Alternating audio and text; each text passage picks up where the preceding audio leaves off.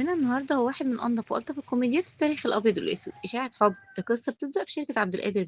راجل مهم وعنده شركة كبيرة، لكن حياته مع مراته بهيجة مش ولا بد. عبد القادر مش عايز مراته تعرف بتحركاته، فابن أخته محروس اللي بيشتغل معاه في الشركة دايما بيغطي عليه وبيقلد صوته في التليفون عشان يخلصه من زن مرات خاله.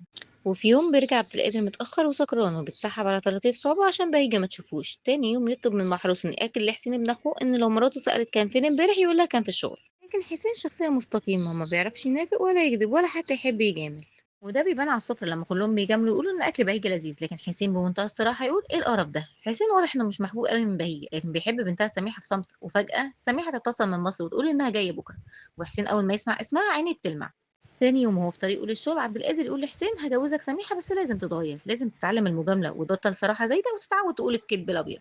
لكن حسين زي ما هو بيروح الشركة ويشوف موظفة حاطة ميك اب يزعق لها ويبان انه صارم ومثالي في كل حاجة. فجأة يكتشف ان في ورق لازم تتبعت للبنك بسرعة والا الشركة هتخسر 50,000 جنيه. عبد القادر مش في مكتبه، يسأل محروس يلاقيه في النادي. بيروح له وبيخليه يوقع، وبعدين عبد القادر يقول له روح هات سميحة من المحطة.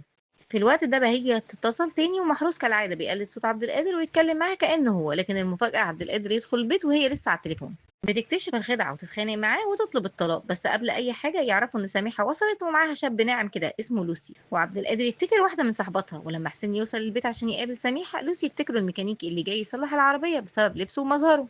حسين بيحاول يتكلم مع سميحة بس بيكون متوتر وخجول جدا، وسميحة بتكون منبهرة بلوسي. وعبد القادر بيلاحظ ده وبيقرر إنه لازم يلحق حسين. بيكلم محروس ويقول له يجيب بدلة جديدة، ويحاول يعلم حسين إزاي يكون جذاب ويغازل ويمثل معاه دور بنت عشان يدربه. بعدها بنروح لحفلة فيها سميحة ولوسي بيرقصوا منسجمين جدا. حسين يظهر فجأة وصاحبة سميحة تستغرب شكله الجديد، تطلب منه يرقص معاها، لكنه بيغلط وبيوقعها قدام الناس فتشتمه وتحرجه ويمشي حسين زعلان. سميحة بتلحقه وبيفاجئها وبيطلب منها الجواز، بس هي بترد عليه وتقول له انا عايزة راجل مدردح يعرف يهزر مقطع السمكة وديلها. حسين بيزعل وبيمشي. وهنا عبد القادر بيقرر يبدأ الخطة الكبيرة، يشعل النار الغيرة في قلب سميحة بإشاعة حب بين حسين وهند رستم. بيطبعوا صورة لهند وبيكتبوا عليها كلام غرام، وحسين بيرمي الصورة على الأرض عشان سميحة تشوفها. وبالفعل الخطة تبدأ. الخدامة فضلة تاخد الصورة وتجري توريها لسميح، وسميح تبدأ تشك معقول حسين اللي مش بيعرف حتى يغازي يكون في علاقة مع هند رستم، وتروح تواجه حسين.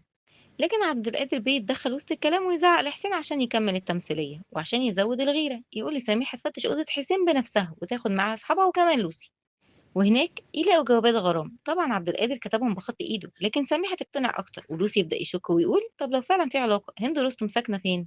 وهنا التليفون يرن. عبد القادر بيرد يلاقي صوت هند رستم على الخط وسميحة تسمعه بنفسها، بس الحقيقة دي كانت خدعة ومحروس هو اللي بيقلد صوت هند. بس الخطة قربت تقلب جد. عبد القادر بيطرد حسين من البيت وحسين بيقرر يلم هدومه ويمشي، لكن سميحة بتطلع وراه وتعترف له بحبها. حسين بيرجع الشغل تاني يوم يلاقي التليفونات نازلة عليه رنة وكلهم عجبات فاكرين انه حبيب هند رستم الحقيقي. حسين بيتخانق ويقول لعمه مش قادر اكمل الكدبة، لكن عبد القادر يقنعه ويقول له الكدبة دي اللي هتخليك تتجوز سميحة. بيقرر يكمل ويبدأ يغير علاقته بمرات عمه بهيجة، يجيب لها ورد ويجاملها بكلام ناعم، وفجأة بهيجة تغير فكرتها عنه.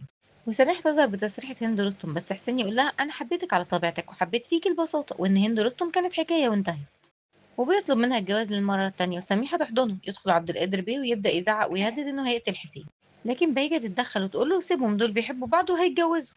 بعد شوية محروس يدخل ويقول إن هند رستم جاية بورسعيد عشان حفلة أضواء المدينة.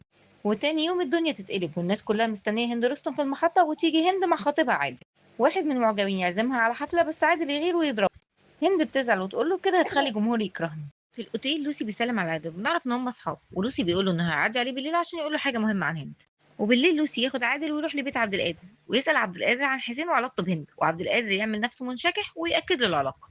حسين بيدخل وعادل بيهدده بالمسدس، يقول له اعترف. عبد القادر يقول له الحقيقه لكن مفيش فايده. عادل بيطلب من لوسي يروح يجيب هند بنفسه. لوسي بيروح لهند بتزعق فيه في الاول، لكنها بتقرر انها تدي درس لعادل عشان يبطل غيره، وبتروح معاه البيت ومعاها الطفل احمد فرحات. وتدخل تنده على حسين وتسلم عليه على انها مراته. حسين بيتصدم والكل بيتصدم والطفل يجري عليه ويقول له يا بابا. وكل حاجه تتحول لخناقه وضحك واندهاش، وسميحه تسيبهم وتروح القاهره مع بهيجه ولوسي عشان يتجوزوا هناك.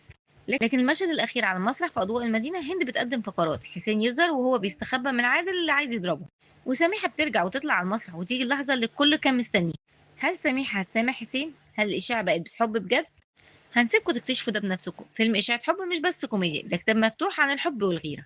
وبس كده.